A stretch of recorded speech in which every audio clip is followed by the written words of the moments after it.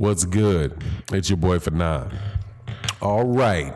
So the rumor has it that Terence Crawford's next fight is being finalized, and it's going to be with, according to Boxing Scene, and this is a fight they're saying is nearly done, with Luis Collazo. Luis Collazo is advised by Al Heyman and has been in the ring with a lot of very good welterweights. He's a 37-year-old southpaw from Queens, New York. It was rumored that he would fight, that he was going to fight Errol Spence Jr. I believe that was the rumor before the Lamont Peterson fight, but there was some talk that Errol Spence Jr. was going to fight Luis Collazo, and that fight got ripped up by a lot of people. And I'll give you my thoughts on it in a second. Hey, if you're not subscribed, please subscribe to the channel. And thank you guys for everybody that support the super chats and in the live streams that we do. I'm probably going to do a live stream right after I get done doing the sound on this video. So we'll be talking about that there as well. So it's been reported by Boxing Scene and by ES News that Crawford Collazo deal is nearly done. Boxing Scene has learned that Crawford likely will make the second defense of his WBA welterweight title against Luis Collazo. Negotiations have progressed to the point that a deal could be finalized within the next week once this holiday weekend concludes. The date and site aren't settled, but Collazo Crawford could take place March 23rd at Madison Square Garden in New York. ESPN has televised a 12-round, 147-pound title fight. The 37-year-old Collazo is a surprising choice for Crawford's next opponent. Promoter Bob Arum confirmed following Igis Kavanaugh's victory last Friday night that he would explore matching the unbeaten Lithuanian contender against Crawford next.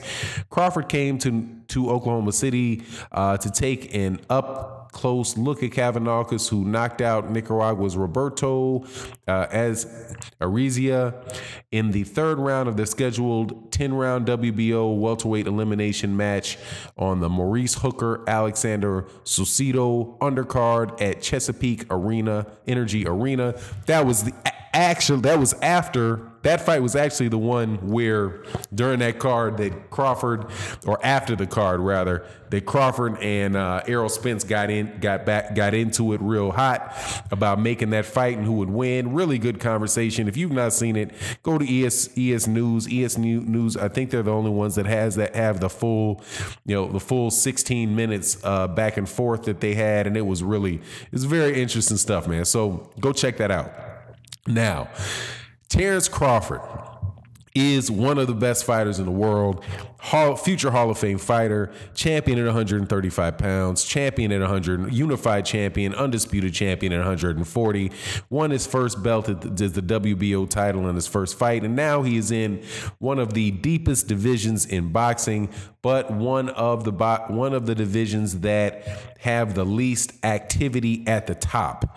The one division in boxing where it seems as if none of the champions are fighting each other and really should be able to fight each other. But I won't get into that comment too much other than to say I just want to see any of these champions at 147 pounds fight each other. I don't care if it's Terence Crawford, Sean Porter, Terence Crawford, Errol Spence Jr., Terence Crawford, Sean Porter, Errol Spence Jr., Sean Porter, Keith Thurman. Well, now that they're unified, I'll take Sean Porter, Keith Thurman, because they're for two belts. That's what I want to see.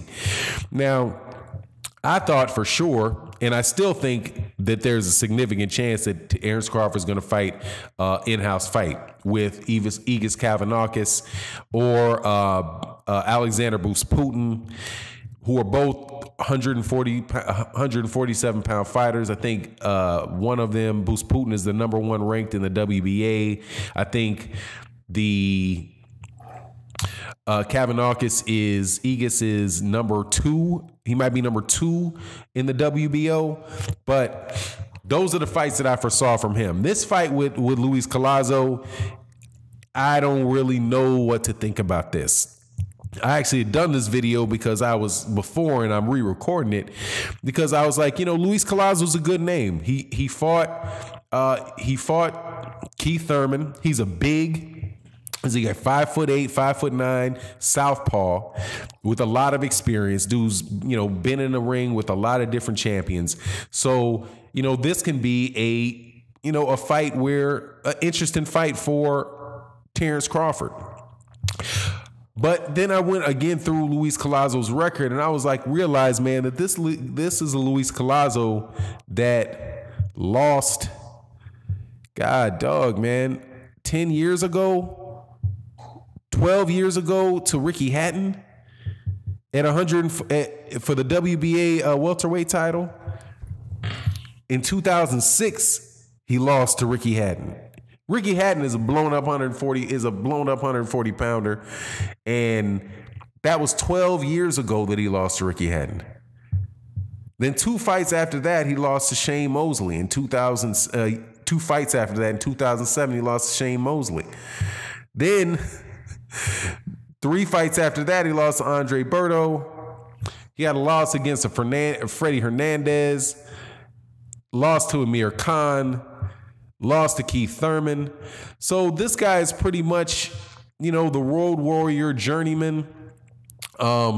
He's coming off of he's fought 2 times in the last 3 years. I just hope not. I just hope that Luis Collazo is not Terence Crawford's next fight. I would take Igis Kalvanakis before that. I would take Bruce Putin before that, because those guys are, at least they're not known commodities. Luis Collazo is going to go in there. He's going to have he's just going to get beat up by Terence Crawford, man. And it's not going to really improve. It's really not going to improve. It's not going to prove anything for Terence Crawford. It's still a guy that he's getting into the ring with, that this guy now, you're talking about fighting a 40-year-old. That's just, man, I'm hoping that this fight does not get made. I really hope this fight does not get made, just like I was hoping that that Errol Spence Jr. versus Luis Collazo didn't get made. But it's a name, and it's a guy on the upside for Luis Collazo. It's somebody that has been in a lot of fights, who's been in a lot of championship fights, but that's about it.